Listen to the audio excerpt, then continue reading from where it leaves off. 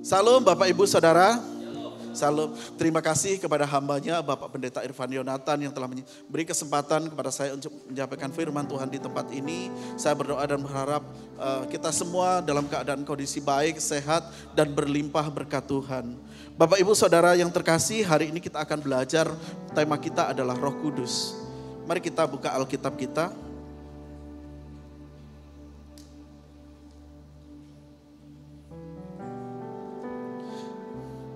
Di dalam Kisah Para Rasul 1 ayat ke-8. Demikian firman Tuhan, saya bacakan. Tetapi kamu akan menerima kuasa kalau Roh Kudus turun ke atas kamu, dan kamu akan menjadi saksiku di Yerusalem dan di seluruh Yudea dan Samaria dan sampai ke ujung-ujung bumi. Bapak Ibu Saudara terkasih, bahwa sebelum Tuhan Yesus naik ke surga, dia menjanjikan Roh Kudus kepada murid-muridnya pada waktu itu untuk melengkapi pelayanan mereka. Ketika Roh Kudus dicurahkan, Roh Kudus itulah yang akan menolong melengkapi kehidupan rasul-rasul dalam pelayanannya, dalam menghadapi situasi, perlawanan, tantangan dalam pelayanan. Ini butuh kuasa. Bahwa kita semua sebagai orang percaya, kita harus diperlengkapi. Perlengkapan yang harus kita miliki yaitu kuasa Roh Kudus. Hari ini kita belajar mengenai ada 4 hal siapa sih Roh Kudus itu. Dan ada 5 makna kalau Roh Kudus itu turun dalam kehidupan kita, Bapak Ibu Saudara. Di dalam Yoel yang ayat pasalnya yang kedua, mari kita buka sama-sama.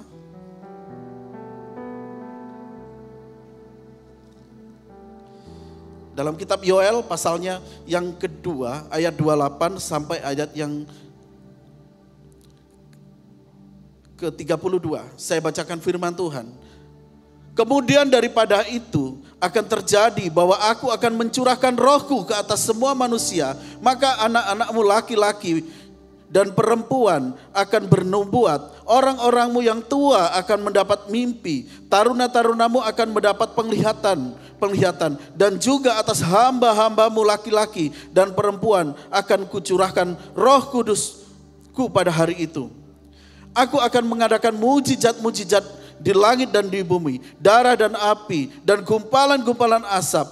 Matahari akan berubah menjadi gelap gulita dan bulan menjadi darah sebelum datangnya hari Tuhan yang hebat dan dahsyat itu. Dan barang siapa yang berseru kepada nama Tuhan akan diselamatkan. Sebab di Gunung Sion dan di Yerusalem akan ada keselamatan seperti yang difirmankan Tuhan. Dan setiap orang yang dipanggil Tuhan akan termasuk orang-orang yang terlepas. Bapak Ibu Saudara yang terkasih, bahwa inilah janji Tuhan yang akan diberikan kepada orang-orang percaya, kepada murid-murid Tuhan pada hari-hari terakhir, bahwa Roh Kudus itu dicurahkan kepada seluruh umat manusia. Ketika Roh Kudus itu dicurahkan kepada kita semua, maka dikatakan di sini bahwa anak-anakmu laki-laki, taruna-tarunamu, orang-orang anak-anak kecil, orang-orang muda, orang-orang dewasa, bahkan semua orang itu akan dipakai untuk menjadi alat Tuhan, untuk melayani pekerjaan Tuhan. Bahwa setiap orang yang berseru kepada nama Tuhan Yesus itu akan diselamatkan. Janji Tuhan ini tergenapi di dalam Kisah Para Rasul ini. Tuhan Yesus berjanji bahwa ketika murid-murid Tuhan sebelum melayani, hidup mereka harus diperlengkapi. Begitupun dengan kehidupan kita sebagai apapun pekerjaan kita, profesi kita, mungkin kalau kita bekerja itu pun pasti harus diperlengkapi. Kalau kita seandainya kita seorang nelayan itu harus ada perlengkapannya. Gak mungkin kita tiba-tiba ke laut mau nangkap ikan, gak bisa, harus ada perlengkapannya. Seorang profesi lain pun juga sama, harus dipersiapkan. Begitupun dengan kehidupan kita. Di sini ketika Roh Kudus dicurahkan, ketika di dalam Kisah Para Rasul 2 ayat 1 dan seterusnya saya bacakan.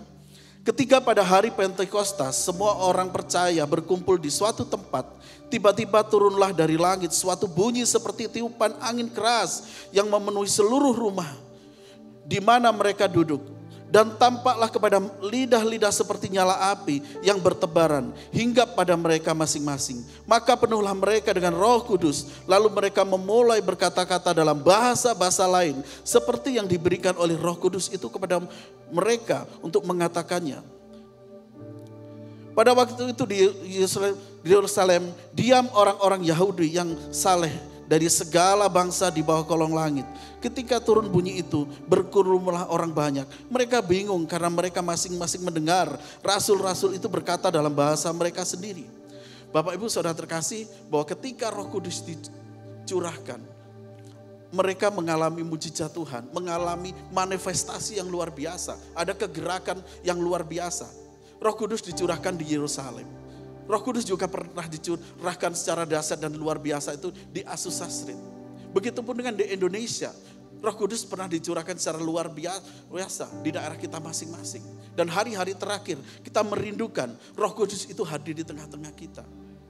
Hamba Tuhan yang bernama William Seymour pada waktu itu di Los Angeles, dia terus berkata-kata, terus bernubuat. Mungkin pada waktu itu ada ketika Roh Kudus ini ada dua versi bahasa. Jadi ketika Roh Kudus itu kita diberikan bahasa untuk bisa berdoa kepada Allah. Itu bahasa roh yang tidak bisa dimengerti orang lain dan tidak perlu diterjemahkan. Tapi di dalam ayat ini dikatakan bahwa Roh Kudus memberikan bahasa-bahasa baru kepada rasul-rasul untuk melengkapi mereka dalam penginjilan. Mereka bisa berbahasa-bahasa yang lain. Tiba-tiba mereka enggak kursus bahasa. Mungkin kalau kita bisa berbahasa Inggris karena kita kursus bahasa Inggris. Kita bisa bahasa lain karena kita belajar. Tapi di sini tiba-tiba Roh Kudus lah yang memberikan bahasa-bahasa yang baru bagi hamba-hamba Tuhan. Ketika Roh Kudus dicurahkan, itu akan memberikan kegerakan yang besar bagi kehidupan kita. Di Soe pernah terjadi mujizat bahwa air bisa berubah jadi anggur. Itu benar-benar terjadi. Pada waktu di sana mau ada perjamuan, tidak ada anggur. Maka ada Roh Kudus berbicara kepada hamba Tuhan untuk menyiapkan air. Bahwa 3 hari selanjutnya menjadi anggur. Terus ada mujizat yang lain. Ketika ada anak-anak Tuhan, anak-anak muda yang datang ke gereja. Orang penduduk kampung itu mendengar di malam itu ada pujian, penyembahan, ada orang bersorak-sorai. Padahal mereka sedang tidur. Begitupun pagi-pagi mereka berbondong-bondong untuk datang, untuk menyembah Tuhan. Di daerah kita pun juga sama pernah. Sumatera Utara pernah dilawat Tuhan secara luar biasa melalui misionaris yang bernama No Manson. Pernah terjadi kegerakan yang luar biasa sampai hari ini. Api itu terus menyala dalam kehidupan kita. Begitupun dengan daerah saya di Jawa Timur itu ada seorang petapa yang namanya Tunggul Wulung, itu dilawat Tuhan untuk yang tadinya seorang petapa yang mencari sesuatu, mencari ilham, mencari wangsit kalau ya, wangsit itu semacam seperti pesan Tuhan. Dia dilawat, dipertemukan dengan Bapak Ibu Saudara, mari kita sama-sama belajar yaitu mengenai siapa sih Roh Kudus itu. Dalam Yohanes 14 ayat 26 dikatakan demikian. Penghibur yaitu Roh Kudus yang akan diutus oleh Bapa dalam namaku. Dialah akan mengajarkan segala sesuatu kepadamu dan akan mengingatkan kamu akan semua yang telah kukatakan kepadamu. Jadi Roh Kudus itu adalah pribadi Allah sendiri. Pribadi Allah yang datang dalam kehidupan kita. Di dalam Matius ayat 28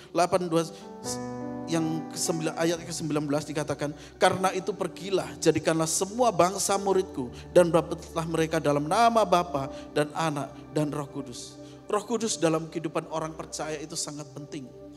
Sebab Roh Kudus itu akan menjadi materai dalam kehidupan kita, mengesahkan kita dan menjadi penolong, penghibur yang setia dalam kehidupan kita.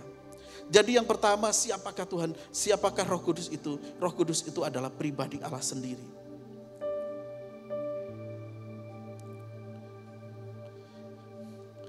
Yang kedua, Roh Kudus itu adalah penghibur yang mengajar dan mengingat. Tapi penghibur yaitu Roh Kudus yang akan diutus oleh Bapa dalam namaku, dialah yang akan mengajarkan segala yang diutus oleh Bapakku dalam namaku, dialah yang akan mengajarkan segala sesuatu kepadamu dan akan mengingatkan kamu akan semua yang telah kukatakan kepadamu. Jadi ketika kita tidak mengerti, ketika kita membaca firman Tuhan, tidak mengerti maksud dan ini seperti apa. Tapi kita ketika terus membaca, kita bisa mengerti makna. Karena kita dituntun oleh Roh Kudus. Jadi Roh Kudus itulah yang menuntun dalam kehidupan kita. Pada tahun 2019 itu ada dua orang penonton sepak bola yang bernama Mike dan Steve Kearney. Yang satu buta, yang satu bisa melihat. Bagaimana dua orang ini bisa menonton sepak bola? Karena yang satu ini seorang buta. Tapi seorang kawannya itu menuntun dia, mengajak dia ke lapangan, menceritakan. Dan kedua supporter ini dinobatkan sebagai supporter terbaik di Liverpool. Dia menceritakan bagaimana sih pemain-pemainnya, dia membisikkan. Kalau ada gol, oh gol, dia bersorak. Karena dia buta, dia tidak tahu, dia hanya bisa mendengar. Kita sebenarnya buta, tidak tahu apa yang terjadi di depan kita. Tapi Roh Kuduslah yang membimbing, mengajari dan menasihati kita untuk melakukan apa sih yang harus kita lakukan. Jadi yang kedua adalah Roh Kudus adalah penghibur yang mengajar, yang mengingatkan kita. Yang ketiga adalah Roh Kudus adalah roh yang tinggal dalam hidup kita. Bapak Ibu Saudara, mungkin kita waktu kecil sering main layang-layang ya, teman-teman saya sering main layang-layang gitu. Jadi kita layang-layang itu jauh tidak terlihat, tapi begitu itu kita bisa merasakan, ada rasakan gitu. Begitupun dengan kita, Roh Kudus itu tidak terlihat, tapi kita bisa merasakan kehadirannya ketika kita memuji, menyembah Tuhan, ketika kita berdoa, meninggikan Tuhan, Tuhan hadir dalam kehidupan kita. Dalam kehidupan saya sebagai seorang Kristen, ketika Roh Kudus itu mulai saya membutuhkan kehidupan Roh Kudus. Saya membutuhkan Roh Kudus ada dalam kehidupan. Ketika saya mengalami kekosongan, ketika mengalami kekosongan, kehidupan saya kembali lagi. Saya mencari cara, saya harus berdoa, saya harus menyembah Tuhan, saya harus baca firman Tuhan. Supaya Roh Allah tinggal dalam kehidupan saya lagi. Ketika kita tidak punya Roh Kudus dalam kehidupan kita tidak bisa mengalami kedamaian. Kehidupan kita seperti hampa. Kita tidak tahu seperti tidak ada tuntunan dalam kehidupan kita. Tapi ketika kita punya Roh Kudus dalam hidup kita, maka Roh Kudus adalah Roh Allah yang tinggal dalam hidup kita. Yang keempat adalah Roh Kudus adalah pribadi. Dia bukan saja kuasa Allah, tapi dia adalah pribadi. Dia adalah seorang pribadi yang tinggal dalam hidup kita. Tubuh kita manusia itu adalah tubuh, jiwa dan roh. Manusia itu diciptakan oleh Tuhan, oleh Roh Allah. Oleh sebab itu membutuhkan Roh Allah tinggal dalam kehidupan kita. Kalau Roh Allah meninggalkan kita, kekosongan yang terjadi. Seperti Saul. Saul ketika dia kehilangan Roh Allah, dia kehidupannya marah-marah, kehidupannya mulai tidak benar. Tapi begitu Roh Allah hadir, ketika Daud menyanyikan pujian, dia merasa tenang, dia merasakan damai. Begitupun Daud sebagai anak Tuhan. Dia selalu merindukan Roh Allah hadir dalam kehidupannya. Bahkan ketika dia berdosa, dia bertobat, jangan ambil rohmu daripadaku. Ketika dia berdosa setelah menghampiri Betseba, dia bertobat, dia berdoa. Supaya roh Tuhan ada dalam kehidupannya. Supaya tuntunan Allah ada dalam kehidupannya. Artinya, dia bisa hadir di sini, bisa mendengar, bisa merasakan, bisa berbicara dan menuntun kita di dalam pribadi yang sangat dahsyat, sangat berkuasa dalam lembut. Berbicara bukan berbicara audible, mungkin dia berbicara secara lembut dalam kehidupan kita. Ada intuisi, ada tuntunan Tuhan. Mungkin kalau kita mengambil keputusan, oh jangan, ini keputusan yang salah, kamu gak usah ambil. Tapi kita minta supaya Roh Kudus terus hadir dalam kehidupan kita. Siapa yang memiliki Roh Kudus? Semua orang percaya memiliki Roh Kudus. Kita semua memiliki Roh Kudus. Ketika kita percaya kepada Tuhan Yesus, mengaku bahwa Tuhan Yesus adalah juru selamat, kita memiliki Roh Kudus. Tetapi untuk dipenuhi dengan Roh Kudus, kita harus berusaha untuk memintanya, untuk berdoa, untuk menyembah Tuhan. Mungkin api Roh Kudus itu dilambangkan seperti api. Ada juga Roh Kudus dilambangkan seperti burung merpati. Karena Roh Kudus itu bisa menginsapkan dunia akan dosa. Roh Kudus itu ketika ada dalam Roh Kudus tidak ada kepahitan. Burung merpati itu tidak memuji empedu. Jadi tidak ada kepahitan hati dalam hidupnya. Dia mampu memaafkan orang yang bersalah. Orang yang dipenuhi Roh Kudus mampu memaafkan orang yang berbuat jahat kepadanya. Mungkin kalau secara manusia biasa, kita hanya mampu memaafkan atau 2, 3 kali, 4 kali orang yang bersalah kepada kita. Ya sekali lagi kamu salah. Tapi ketika dipenuhi dengan Roh Kudus, Tuhan berkata, berapa kali aku harus mengampuni? 70 kali 7 kali. Artinya tidak terbatas. Mungkin api Roh Kudus itu kecil dalam kehidupan kita. Tapi setiap orang punya api masing-masing. Biarlah api, tapi walaupun api kecil, tapi ketika kita berdoa, kita menyembah Tuhan, kita meminta Tuhan, api itu akan membesar.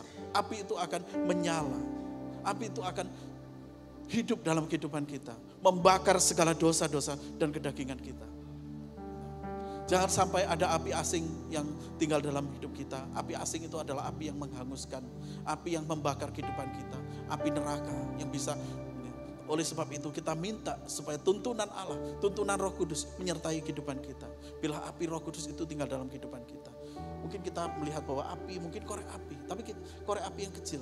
Kalau kita sembarangan bisa membakar hutan, bisa membakar segala macam.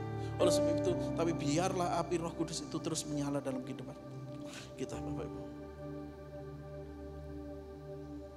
Bagaimana biar kita dikuasai oleh Roh Kudus? Satu cara untuk kita dikuasa dan diberi Roh Kudus adalah kita harus intim dengan Roh Kudus. Harus intim, harus berdoa, harus memuji dan menyembah Tuhan. Hamba-hamba Tuhan yang luar biasa, hamba-hamba Tuhan yang dipakai, kita banyak mengenal hamba-hamba Tuhan. Ada Pak Niko, ada Pak Stephen Toh, ada hamba-hamba Tuhan yang lain. Begitupun dengan Bapak Gembala kita di sini. Itu penuh dengan Roh Kudus, penuh dengan urapan Tuhan. Karena selalu menjaga urapan Tuhan, selalu menjaga api dalam kehidupannya. Bahkan ketika kita punya Roh Kudus dalam kehidupan kita bisa dimampukan untuk berdoa lebih lama, untuk membangun hubungan manusia rohani kita lebih lama. Kalau secara manusia kita berdoa mungkin seperempat jam atau setengah jam itu sudah lama. Tapi ketika hadirat Tuhan benar-benar turun dalam kehidupan kita bisa berdoa bahkan bisa 1 jam, 2 jam, 3 jam juga bisa.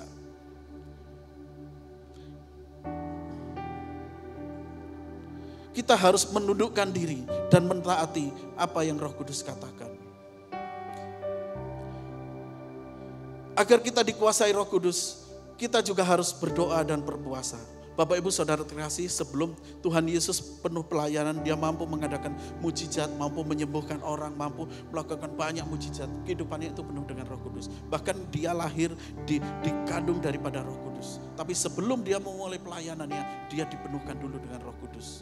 Ketika dia mau melayani, dia berdoa, berpuasa. Kita tahu bahwa Tuhan Yesus berpuasa 40 hari, 40 malam. Musa berpuasa 40 hari, 40 malam juga. Daniel berpuasa 21 hari. Esther berpuasa 3 hari. Ketika berpuasa, ada mujizat, ada kuasa yang akan timbul dalam kehidupan kita.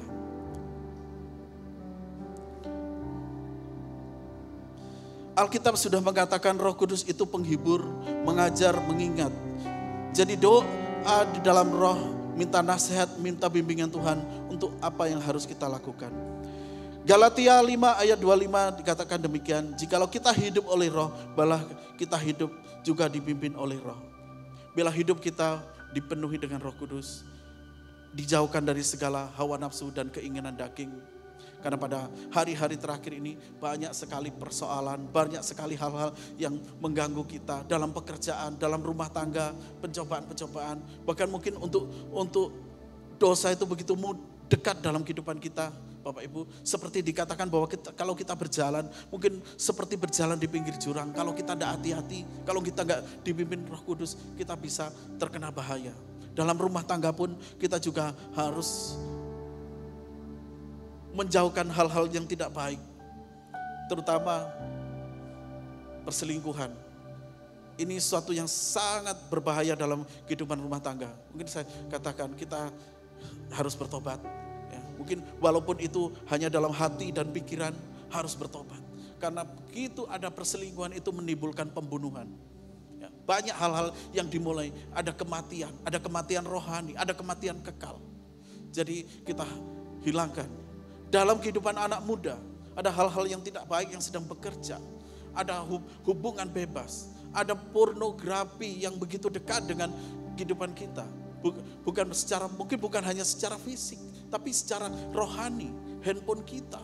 Begitu banyak konten-konten negatif ya sekarang ini. Orang-orang tidak peduli lagi dengan dosa.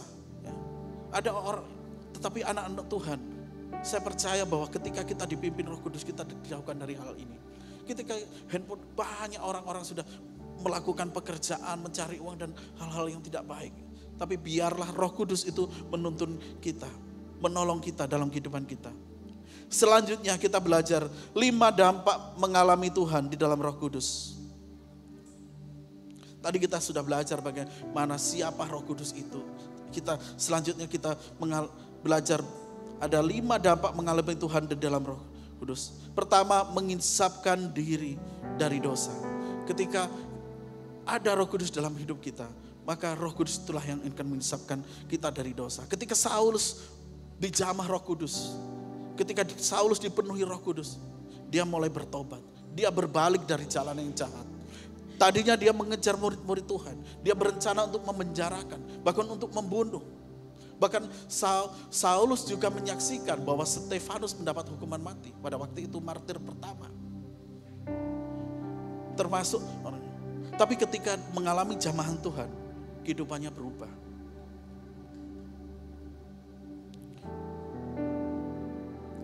Dosa dan kedagingan hanya bisa dihentikan dengan kekuatan, kuasa dari Roh Kudus. Dalam Kisah 1 ayat 8 dikatakan bahwa kamu akan menerima kuasa kalau Roh Kudus turun ke atas kamu. Kamu akan menjadi saksiku di Yerusalem, Yudea, Samaria, dan sampai ke ujung bumi. Bahwa kita membutuhkan kuasa Roh Kudus dalam kehidupan kita. Yang kedua, makna dari kuasa Roh Kudus itu menguburkan masa lalu kita. Masa lalu kita mungkin tidak sengaja ada dosa yang tidak tahu. Dosa yang tidak diketahui orang lain. Itu Petrus seorang pengkhianat, Paulus seorang pembunuh, dan murid-murid seorang penakut. Tapi itu semua berlalu. Semua sudah dikuburkan. Semua sudah berubah. Petrus menjadi seorang berani, seorang pemberita Injil yang luar biasa. Ketika dia mengalami kuasa Roh Kudus, ketika dia berkhotbah, ada 3.000 jiwa bertobat pada waktu itu. Itu adalah cikal bakal jemaat mula-mula. Kita seorang Paulus, seorang pembunuh, dia menjadi murid Tuhan. Dia menjadi rasul yang begitu berani menyampaikan firman Tuhan. Menyampaikan firman Tuhan di sinagoge, di jalan-jalan, di penjara, di kapal. Bahkan Rasul Paulus sampai dipenjarakan ke Roma. Dan akhirnya ketika dia dibebaskan, dia memenangkan banyak orang dalam penderitaannya. Murid-murid seorang penakut, tetapi ketika menerima Roh Kudus hadir dalam kehidupan murid-murid, dia menjadi orang-orang yang dipakai Tuhan secara dahsyat dan luar biasa. Yang ketiga, makna pencurahan Roh Kudus membuat kita bersemangat dan berkobar-kobar.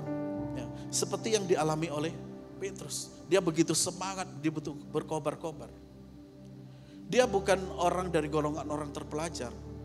Kalau yang menulis kitab Rasul Paulus ini adalah seorang dokter bernama Lukas.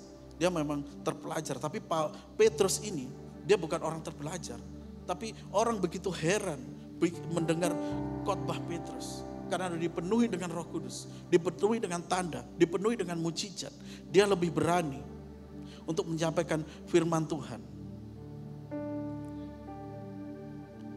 Jadi apa yang sudah dimulai, iman yang sudah ada dalam hidupan kita, mari kita pertahankan. Bapak Ibu Saudara yang terkasih, ini ada seorang kisah dari seorang pelari yang bernama John Stephen Akhwari dari Tanzania. Dia dikirim di Olimpiade Meksiko pada tahun 1968. Dia dikirim peserta Olimpiade ini ada 1.000 orang.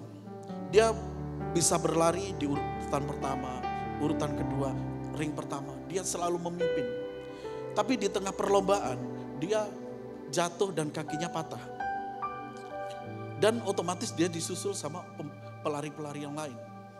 Ketika sudah selesai, pelari satu sudah juara, sudah finish. Sampai pelari ke 999 selesai. Orang-orang sudah mau mempersiapkan, umbul-umbul sudah dicabutin, semua perlengkapan di stadion itu sudah tapi terakhir orang kaget, kok masih ada satu pelari. Orang ini, seandainya dia nggak meneruskan perlombaan, dia pun nggak juara. Kalau seandainya istirahat, tapi dia memilih untuk terus menyelesaikan pertandingan, walaupun dia tidak juara. Dia berkata, saya dikirim oleh negara saya untuk mengakhiri pertandingan, bukan untuk memulai. Begitupun dengan pertandingan rohani kita. Iman percaya, kita sudah memulai dan kita akan mengakhiri pertandingan itu dengan baik. Dengan iman percaya kepada Tuhan. Jangan sampai ada kekecewaan dalam hidup kita. Dalam mengiring Kristus, banyak persoalan permasalahan dalam hidup kita. Itu tidak lepas, karena memang kita masih hidup di dalam dunia. Permasalahan pasti ada. Tapi biarlah kita terus bergantung kepada Tuhan. Mengandalkan Roh Kudus dalam hidup kita. Ada kisah misionaris namanya David Flood dan istrinya. Dia melayani penginjilan di Afrika, yaitu di daerah Zaire. Dia bersama temannya namanya Erikson, dia 2 keluarga untuk melayani di sana. Ketika dia sudah mendaftar untuk melayani, untuk menjadi misionaris. Kita tahu misionaris itu luar biasa, dia melayani begitu. Dia bersama anaknya usia 2 tahun, yaitu David JR, anaknya, seorang laki-laki. Ketika dia melayani, dia tidak diizinkan masuk ke perkampungan itu. Dia diizinkan hanya di agak jauh dari perkampungan itu. Kita tahu daerah Afrika itu daerah yang sulit. Sulit makanan, sulit air, malaria dan lain sebagainya. Dalam perjalanan mengikut Kristus, misionaris ini mengalami gangguan kesehatan. Dan di tengah pelayanannya, dia tidak ada jiwa yang dimenangkan. Ada hanya satu anak kecil yang bisa dimenangkan. Mungkin di sini memenangkan anak sekolah minggu lah gitu. Tapi dia tetap setia melayani. Pada saat itu temannya sudah mulai balik lagi ke daerahnya. Dia tetap bertahan karena dia mempunyai anak kecil dan mau melahirkan. Tapi setelah melahirkan, karena kondisinya mungkin waktu itu dokter susah, pengobatan susah dan lain sebagainya. Nah, istri dari David ini dipanggil Tuhan. David begitu kecewa sama Tuhan. Dia pulang setelah dia menguburkan istrinya, dia minta izin pamit kepada tim misioner, dia pulang ke daerahnya. Dia tidak mau ini lagi kepada Tuhan.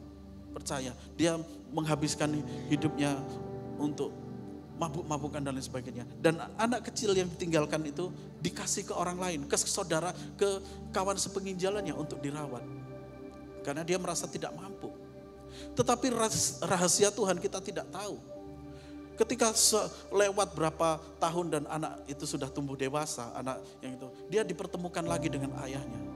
Ketika dia melihat ayahnya mabuk dalam kondisi kekecewaan, dia berkata bahwa ketika dia menginjil, dia bercerita bahwa anak kecil yang dimenangkan tadi bisa memenangkan satu negara di Zaire. Nah, anak kecil ini menjadi seorang penginjil yang luar biasa, memenangkan suatu negara. Bahwa kita tidak bisa, mungkin kita melayani, Pak aku melayani cuman bisa begini. Mungkin tidak ada jiwa-jiwa yang bisa saya menangkan. Kita tidak bisa, mungkin. Tapi kita percaya bahwa rencana Tuhan begitu luar biasa. Bahwa sebelum dipanggil Tuhan, David ini dipulihkan dulu dengan anak-anaknya. Semua karena rencana Tuhan. Kondisi di luar kita, ekonomi dan lain sebagainya, itu semua kita mengalami permasalahan yang sama. Karena kita manusia. Kita tidak luput dari dosa. Kadang kita mengalami kondisi sakit, tapi kita percaya, tetap menjaga iman kita. Walaupun kita mengalami sakit, tapi kita tetap berharap. Jangan sampai iman itu tinggal dalam hidup, meninggalkan kita. Biarlah iman percaya kepada Tuhan itu tetap tinggal dalam kehidupan kita. Bahwa anak yang dimenangkan tadi menjadi seorang penginjil luar biasa, membangun gereja yang luar biasa. Dimulai dari penginjilan tadi. Jadi apa yang kita tabur tidak akan pernah sia-sia. Ketika kita berbuat baik, ketika kita melayani Tuhan, ada seorang yang kita ingat. Itu adalah memberikan dampak dalam kehidupan kita. Yang keempat adalah Roh Kudus membawa kesatuan. Kisah Para Rasul 2 ayat keempat demikian. Dan semua orang yang telah menjadi percaya tetap bersatu. Dan segala kepunyaan mereka ada kepunyaan bersama. Pada waktu itu jemaat mula-mula begitu mempunyai kesatuan hati, tumbuh bersama, sama-sama melayani Tuhan, sama-sama berbagi untuk kemuliaan Tuhan. Dahulu mereka selalu berebut untuk menjadi yang nomor satu, sekarang mereka bersatu. Yang kelima, Roh Kudus membuat kita melayani dengan kuasa. Jadi ketika Roh Kudus dalam hidup kita, ada kuasa Allah yang ada dalam kehidupan kita. Bapak Ibu Saudara yang terkasih, di dalam Markus 16 ayat ke-15 dikatakan, demikian firman Tuhan. Lalu aku berkata kepada mereka, pergilah ke seluruh dunia, beritakan Injil kepada segala makhluk. Siapa yang percaya dan dibaptis akan diselamatkan, tapi siapa yang tidak percaya akan dihukum. Tanda-tanda ini akan menyertai orang-orang percaya. Mereka akan mengusir setan demi namaku. Mereka akan berbicara dalam bahasa-bahasa yang baru bagi mereka. Mereka akan memegang ular, dan sekalipun mereka minum racun, mereka tidak akan mendapat celaka. Mereka akan meletakkan tangan atas orang sakit dan orang itu akan sembuh. Ini janji Tuhan yang dijanjikan dalam kehidupan orang percaya. Ketika Roh Kudus turun dalam kehidupan kita, kita mempunyai kuasa. Kuasa yang dasar dalam kehidupan kita. Seperti Rasul Petrus. Rasul Petrus bayangannya saja bisa menyembuhkan orang. Rasul Paulus sapu tangannya aja bisa menyembuhkan orang. Dan ada hamba Tuhan yang diurapi di dalam raja-raja, yaitu Elisa. Pada waktu itu, pada suatu kali orang sedang menguburkan mayat.